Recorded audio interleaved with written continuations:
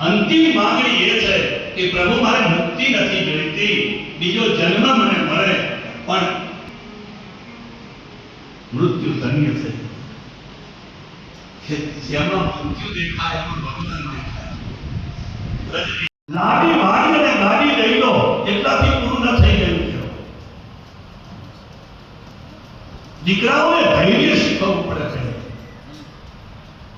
ધીરજ રાખતા શીખવવું પડે. આજના યુગમાં ધૈર્યનો મૂળ સાહેબ નષ્ટ થતો જાય. એનું કારણ છે કે પહેલા સાહેબ કોઈ પણ રસોઈ બનાવવાની હોય તો એક સમય થોડો લેવો પડે, છોકરાને થોડી વાર બેસવા દેવું પડે. આપે ના બે ભાઈ બનાવી આપે. અને હવે ક્યારે બોલો, બહેનોને ખબર છે 2 મિનિટ મેગી. ઘણી વારમાં ઉપાડ કરે એવું લાગે ભરસિયા છે શું થાય.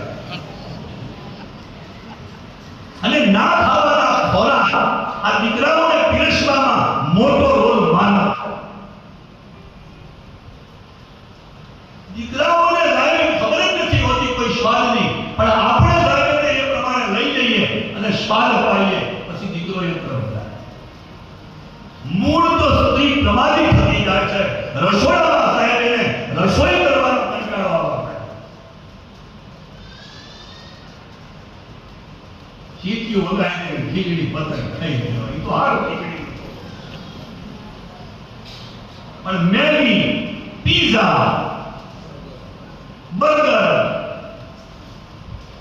એક વસ્તુ ધ્યાનમાં રાખજો, પીઝાનો જે સાહેબ પેલો શું કે રોટલો ને, પીઝાનો રોટલો સાહેબ એક સમય સુધી પાણીમાં એ પ્રમાણે એ વગરતો નથી, પેટમાં કેવી રીતે સાહેબ સેટ થાય. તમે તમારા બાળકોને સાહેબ કઈ તરફ લઈ જઈ રહ્યા?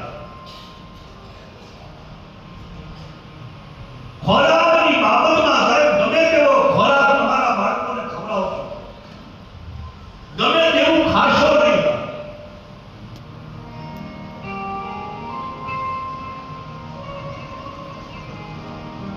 ઋષભદેવજી મહારાજ કહે કે ધૈર્યનો ગુણ ગમે તેટલું હોય તમારી પાસે, છતાં પણ સાહેબ છોકરો માગે તરત લાઈને આપશો નહીં. એને કહો કે થોડીક વાર ધીરજ રાખ, પૈસા છે તમારી પાસે, કઈ વાંધો નહીં, લાઈ આપો, પણ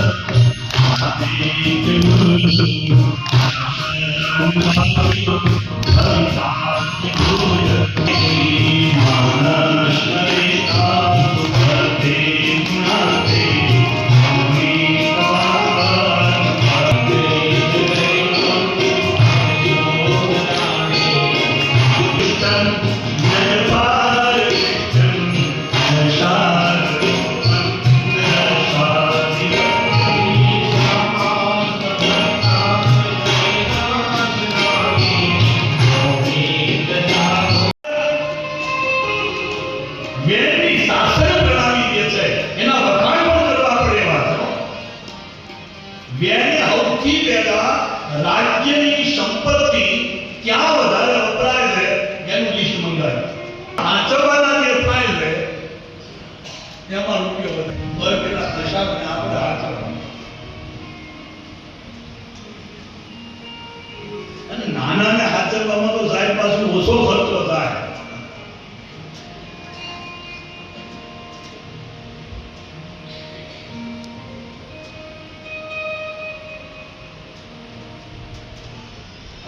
બધી પરંપરા છે જે કરવું તો મોટું જ કરવું.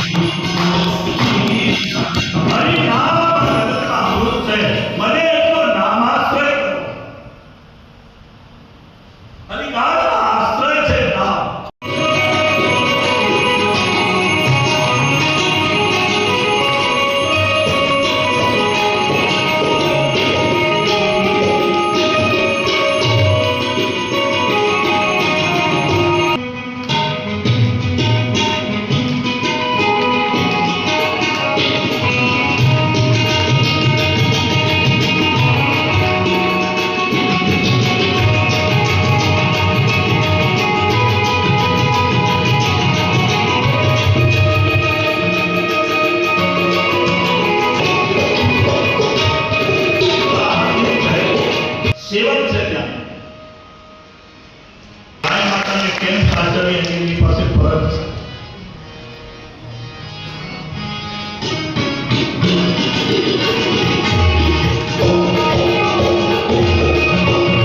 એ 16 મહિના સુધી તો 16 દિવાળીમાં પણ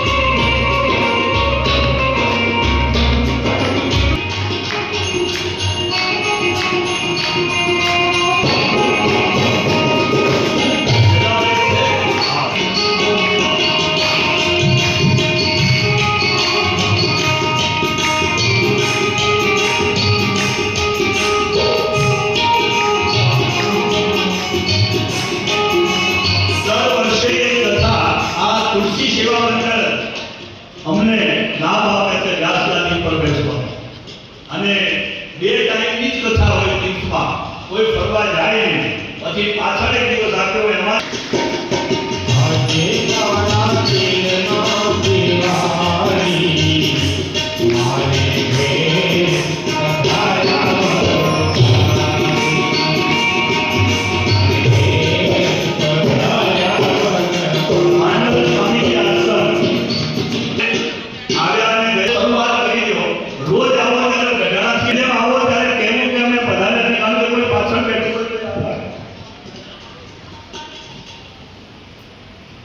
ગઢાણાનું વિશેષ સન્માન એટલા માટે દર વર્ષે ગૌરી સેવા ગઢાણાથી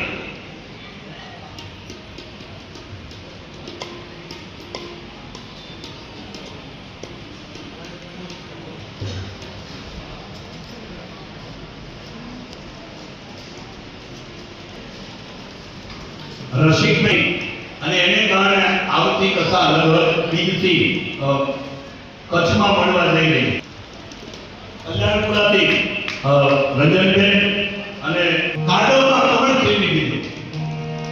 પાંજરાપોળની અંદર તમને જઈને જોવો તો એ થાય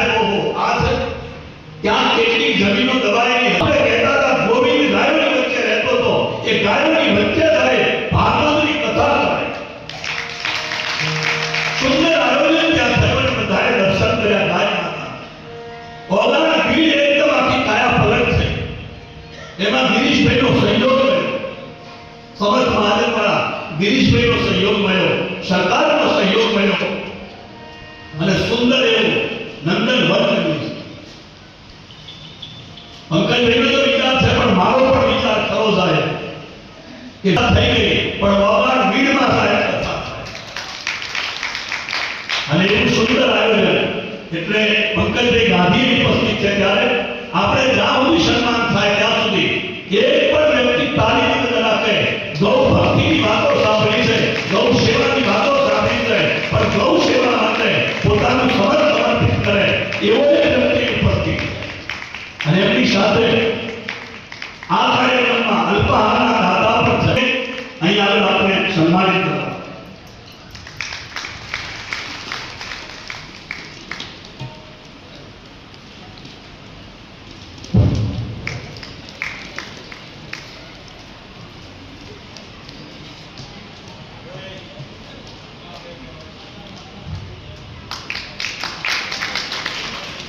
બિલકુલ વિવાદી હાર્દિકભાઈ પણ છે. હાર્દિક પધારે.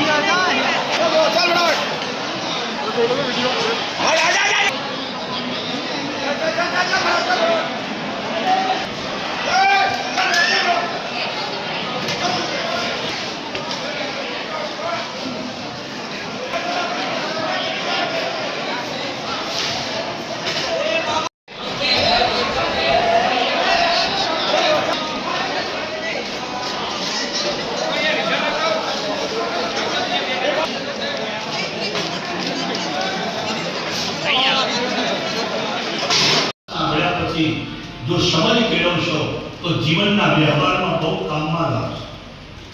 કયું જોકર હું તમને કહું 52 પત્તામાંથી નથી સાહેબ બાદશાહ થવું, નથી રાણી થવું, નથી એકો થવું, જોકર થઈ જાવ. અને તમે જુઓ જો અને એને કોઈ જોઈન કરે તોય ભલે, ના કરે તોય ભલે, જોકર એની મસ્તીમાં સાહેબ આ સાધુ ને તો એના પડી ગયા. ભગવાન આ દુરાચારી દીકરો એટલા માટે આપલો છે કે હું ભગવાન ભજવા માટે નીકળી જાઉં છું. વિપત પરિસ્થિતિ નો વિવેક સદાચારી દીકરો આવ્યો છે. દુઃખી થયા કરતા થાય ભગવાનનું ભજન વધારી લો અને જો એ ભજન વધારે તમારું વધી ગયું અને ભજનના પ્રભાવે પણ ક્યાંક નીકળ્યા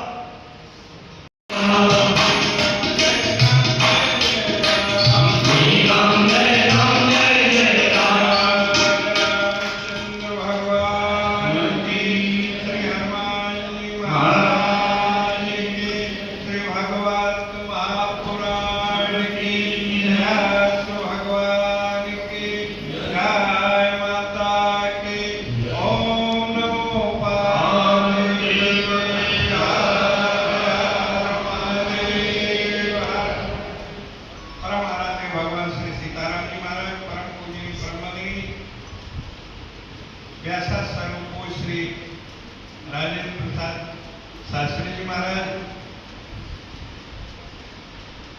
परम पूजनी परमवंदनीय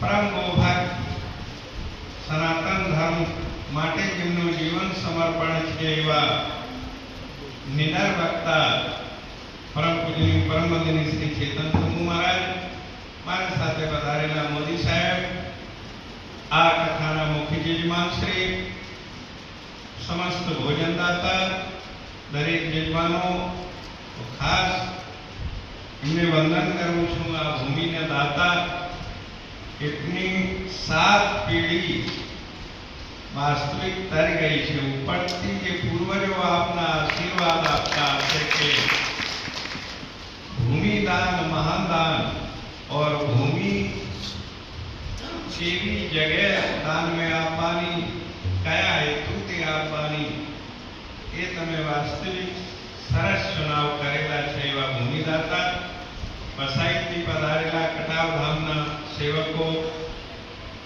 શ્રીરામ ફાઉન્ડેશનના ભાઈઓ, ઉપસ્થિત આ સંસ્થા ઉપર, શાસ્ત્રીજી ઉપર, વચન ઉપર નિષ્ઠા રાખનાર સમસ્ત ભાઈઓ બહેનો, આજે 1 વર્ષ પૂજ શ્રી મહારાજજીના સ્વરૂપધામ એમના ભંડારા મેં અમે બધા મહારાજજી સાથે પધાર્યા હતા. પૂજ શ્રી દિલીપદાસજી મહારાજ હમણે જ એમને ફોન આવ્યો કે મહારાજજી આપ ના આવી શકા, હું તો આવી ગયો હતો. બોલો શાસ્ત્રીજીને મારે યાદ કરાવજો, હું ટાઈમ મળશે આવીશું, વ્યસ્તતાને અભાવે નથી આવી શકા. શ્રી દિલીપદાસજી મહારાજ આ સુંદર आप यार लालजी ना स्वभावनी और एमनी प्रभावनी कथा में चर्चा करता था. अहमदाबाद में बहु वर्ष 25 वर्ष पहला सदविचार परवारे श्री डोंगरेजी महाराज की कथा करावी थी. इस समय हूँ स्वामी सुग्रामदासजी महाराज बधा कथा श्रवण करवा गया था. ત્યારે એવી રીતે લાલજી મહારાજની સ્વભાવની પરમાત્માની પ્રભાવની વ્યાખ્યા કરતા હતા. એ પછી આજ પૂછશ્રી આપને મુખારવિંદથી મને સાંભળવાનું મળ્યું. અમારા પૂછશ્રી દાદા ખાકી બાપુ એટલે હું માનું છું કે સમજીને અપર ડોંગરે મહારાજને આપને ઉપાધિ આપી હતી. કથા व्यासपीठ पर भगवान व्यास कथा गादी व्यासपीठ भगवान गोद है, परमात्मा गोद है. जो रीते माँ और बाप गोद पुत्र ने प्राप्त थाय छे, एवी रीते कथाकारो परम विद्वान होय और भगवान ना लाडला होय त्यारे लाड लड़ाता लड़ाता और आनंद ने साथे पोतानी गोद में बेसारे छे. એટલે શાસ્ત્રીજીની આ ભગવાનની ગોદ में બેસવાનો અવસર મળે છે. श्री कृष्ण अखंड मंडलाकारं व्याप्तं येन चराचरं तत्पदं दर्शिनं येन तस्मै श्री गुरुवे नमः. बोलिए सद्गुरु भगवान की. ब्रह्मलिंग सद्गुरु श्री ब्रह्म चैतन्य जी महाराज की प्रथम वार्षिक पुण्यतिथि एवं गुरु मंदिर शिलान्यास प्रसंगे आयोजित श्रीमद् भागवत सप्ताह ज्ञान यज्ञ व्यासपीठ पर विराजमान परम वंदनीय पूज्यपाद गुजरातना सुप्रसिद्ध कथाकार श्री राजेंद्र शास्त्री जी श्री चरणों में हमारा प्रणाम. मारा पूर्व वक्ता परमवंदनीय प्रातस्मरणीय श्री महंत वैष्णव सम्राट पूज्यपाद मोहनदास जी महाराज श्री चरणों में हमारा प्रणाम. आदरणीय दयाभाई मोदी मुख्य यजमान सरतान भाई गरवाड़ा परिवारजनों, अत्र उपस्थित स्वधर्मनिष्ठ भाइयों बहनों वडीलों ने पार परम कृपाळु परमात्मा આપણે ઉપકાર માનવો જોઈએ કે આજે આપણને ભજન કીર્તન સ્મરણ અને સત્સંગ કરવાની સુંદર આપણને તક આપી. आज श्रीमद् भागवत कथाનું આયોજન છે. એક તો પોતાના ગુરુની પ્રથમ વાર્ષિક પુણ્યતિથિ અને સોના સુગંધ બળે પ્રમાણે નિર્ધારિત સંકલ્પ સદગુરુદેવના મંદિરનું અહીંયા નિર્માણ કરવું એ નિમિત્તે આ કથાનું આયોજન કરવામાં આવ્યું છે. આપણે બધા ભારત વર્ષની અંદર જાણીએ છીએ કે ગુરુ કોણ છે, ગુરુનો શું મહિમા છે, અને આપણા સનાતન હિન્દુ સંસ્કૃતિની અંદર કહ્યું છે કે માણસે 3 ઋણ ચૂકવવા પડતા હોય છે. એક દેવ ઋણ, એક પિતૃ ઋણ અને ત્રીજું ગુરુનું ઋણ.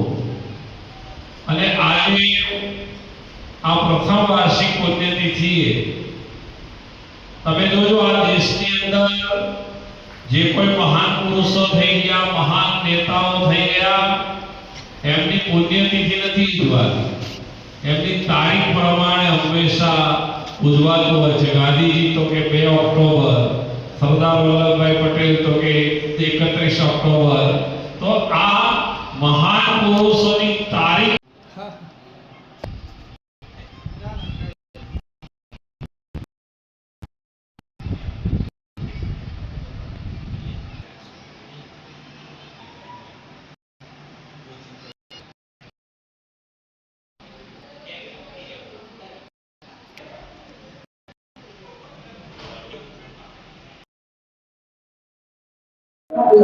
આપણા નામ અને પરિચય સાથે તમામ પ્રકારના દર્શન અને તમામ કઈ જગ્યાએ માંડલ તાલુકાનું આ શહેર મીઠાપુર, દાલોદ, માંડલ અને આ વઢિયાર પંથકની આ પાવન ધરા ઉપર અહીં આગળ બાલા હનુમાનજી સેવા સંસ્થાન મૂળ પરમાત્માએ અમને નિમિત્ત બનાવ્યા છે. અહીં આગળ પ્રભુભાઈ ચોભણભાઈ, જય ભગવાન ભાઈલાલભાઈ, તળસીભાઈ કાચરોલ એમને આ ભૂમિનું દાન કર્યું અને પૂજ્ય ખાખી બાપુએ આ ભૂમિ ઉપર જે તે સમયે આવીને એવું કહ્યું કે અહીં દ્વારિકાધીશ મંદિરનો પણ સંકલ્પ કરો. એ સંકલ્પ કરેલો છે, પણ ગોવિંદને લાવતા પહેલા ગાયોની સેવા અને સંત નિવાસ અહીં બનાવીને એ સેવા કરવામાં આવી. એના અનુલક્ષીને મારા સદગુરુદેવ શ્રી બ્રહ્મચૈતન્યજી મહારાજ, જેને ભારતના પ્રથમ રાષ્ટ્રપતિના હાથે યોગીરાજનું બિરુદ પ્રાપ્ત થયેલ, ભારતનો ગુલામી વખતે સંન્યાસી સાધુ સમાજ એના જે મંત્રી રહ્યા અને એમને પોતાની જે સંવરણ લીલા કરીને અહીંથી આ જગ્યા ઉપરથી એ નિર્વાણ પામ્યા અને અહીં એમનું સમાધિ સ્થળ બન્યું. એ સમાધિ સ્થળે ગુરુ મંદિરની સ્થાપના કરવાનો પણ સંકલ્પ કર્યો. સંતોના રૂડા આશીર્વાદે એ સંકલ્પની પૂર્તિ થવા જઈ રહી છે. આજ પ્રથમ વાર્ષિક પુણ્યતિથિ 12 તારીખે એટલે 13ના દિવસે હતી. ત્યાંથી ભાગવત કથા પણ શરૂ થઈ છે અને ભાગવત કથાની વ્યાસપીઠે મને બેસવાનો અવસર મળ્યો છે. વિવિધ વિસ્તારમાંથી અનેક લોકોએ અહીં દાનની સરવાણી વહેવડાવી છે. એને કારણે ભોજન અને ભજનનો અહીં આગળ બધા લોકો આનંદ લે છે.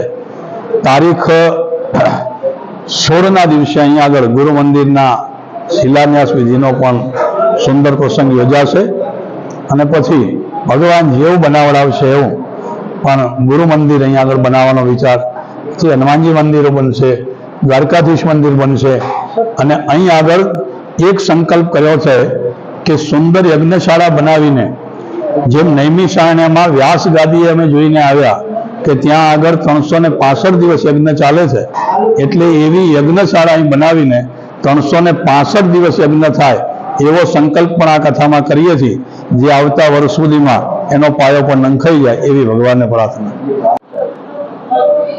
આજે જે અહીંયા કથાનું આયોજન કરવામાં આવ્યું તે કયા વિસ્તારમાં કરવામાં આવે છે અને કયા તાલુકામાં, કયા જિલ્લામાં આવેલું છે, આપના નામ અને પરિચય સાથે કહેશો. આજની જે કથાનું આયોજન છે માંડલ તાલુકાની અંદર અમદાવાદ જિલ્લાનું આ ગામ છે.